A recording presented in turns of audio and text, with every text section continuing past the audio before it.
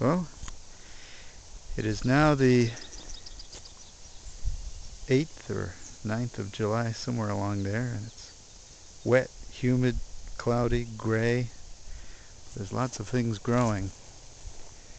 Deer have attacked much of my beans and corn that I tried growing experimentally here, but they leave the fava beans alone. These are flowering and soon will produce pods. This is my second crop of fava beans. Here's some potatoes that have been flowering and are dying back. There's nice little potatoes that can be eaten already, although if you wait a few weeks for it to go down, you'll get bigger and bigger potatoes, especially as they die back. But if you look here, you'll find there are indeed, or were yesterday, where the animals came and stole them, there were indeed some potatoes here, yes. As you can see, these are very nice, perfect, wonderful little potatoes. I'll be munching those up later. One thing about a garden is it's very, very dynamic. It changes from week to week, almost from day to day. And this is what it looks like entering the second week of July. What I have here are quite a lot of tomatoes, about 34 of them. There's a critter running away. He's been eating a lot of my food.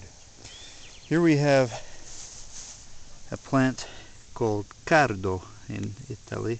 We call it cardoons. It's a member of the thistle family, and you cook it sort of like celery. Don't eat it raw though.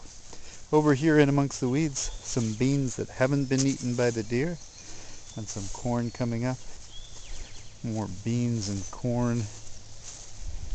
And over here, more beans and corn. Most of the beans are gone because the deer came along and ate them, but they come back up in amongst the weeds. You can see there's some hidden bean plants there. If I pull away the weeds, the deer will just come back and eat the beans again.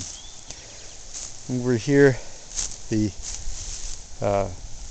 cucumbers coming back from where they'd been slaughtered by the deer, and the squash plants coming back from where they'd been slaughtered by the deer.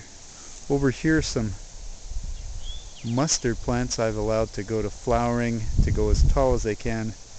It's a religious thing, just a little idiosyncrasy of mine. As you can see, we've got cabbages, some of which have been slaughtered by deer and other vermin. In here we have cherry tomatoes with plenty of fruit set on there,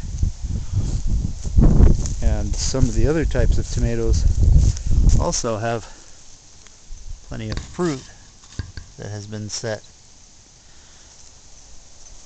and it looks like we'll have quite a good harvest of tomatoes, knock on wood. Still have some Swiss chard. Spinach is still coming along.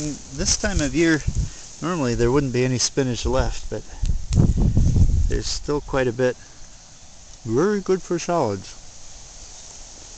Have a good harvest of collard greens and look forward to many more.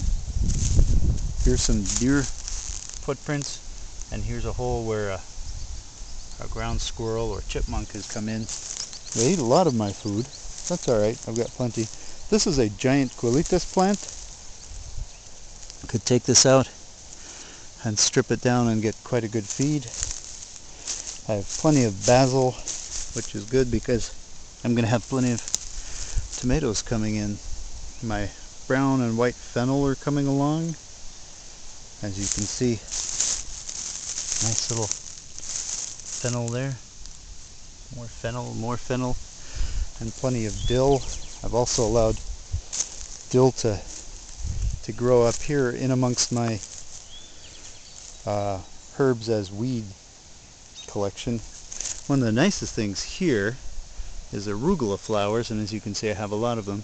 Just pick them like this and eat them straight away. You can put them in a salad, and they're one of the most exquisite, delicious things you could ever have.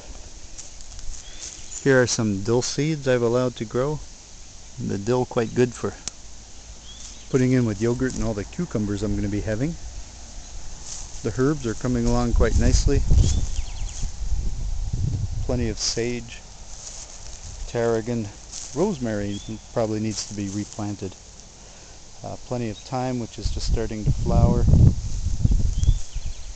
And lots of mint just begging to go into some tabbouleh. Garlic is very, very soon to be harvested, as you can see. And in fact, every now and then I pull one up. These here are black-eyed peas, just bought from a health food store so that they're untreated, so that they would sprout. And at this stage, they're actually exquisite to eat as a salad green, believe it or not. You just take the leaves and eat them right up, and they're very delicious and nutritious. As they get larger, you could cook them for spinach, or if you want, I suppose you could let them grow up to become regular black-eyed peas, which are great when you eat them fresh. They're also, of course, extremely good dried. This is one thing I love to see. This is a lamb's quarter, cuelitas, and this is purslane or verdolagas growing together. And you just grab them and crunch them up. Tasty little weeds. Some nice Chinese cabbage. Over here, I have, as you can see, a vast forest of mesclun. It's just dying to be harvested, and I think I will. It's got lots of mizuna and various mustards in it. It's mostly a mustard mix, this one. And has quite a bite to it. And some calendula flowers. I have a lot of weeds. I'm going to have to get the hoe out here. This here is my kale patch. I have recently harvested a great big huge bowl of kale, which I used to make a giant coal cannon with my first potatoes on July 4th. Over here I have some potatoes that are ready to be harvested, and I will be pulling them up as I need the potatoes, because you don't want to pull them up before you can eat them.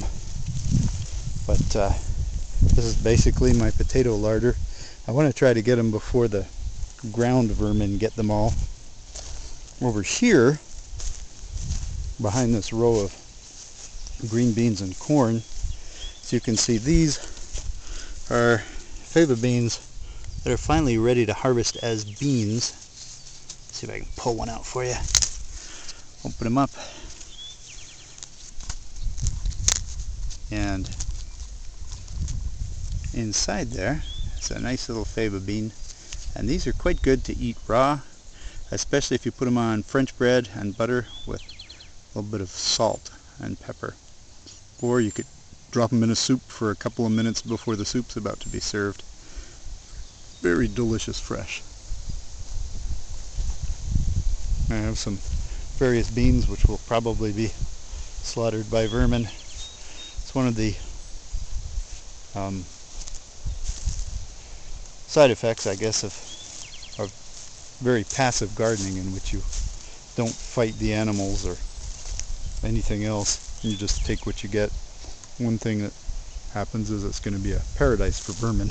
So I still manage to get more food than I can possibly ever eat, and I have plenty to give away, so I'm not really complaining about anything. And that's the garden today on a gray July the 8th or 9th or something like that. And I will talk to you later. Bye.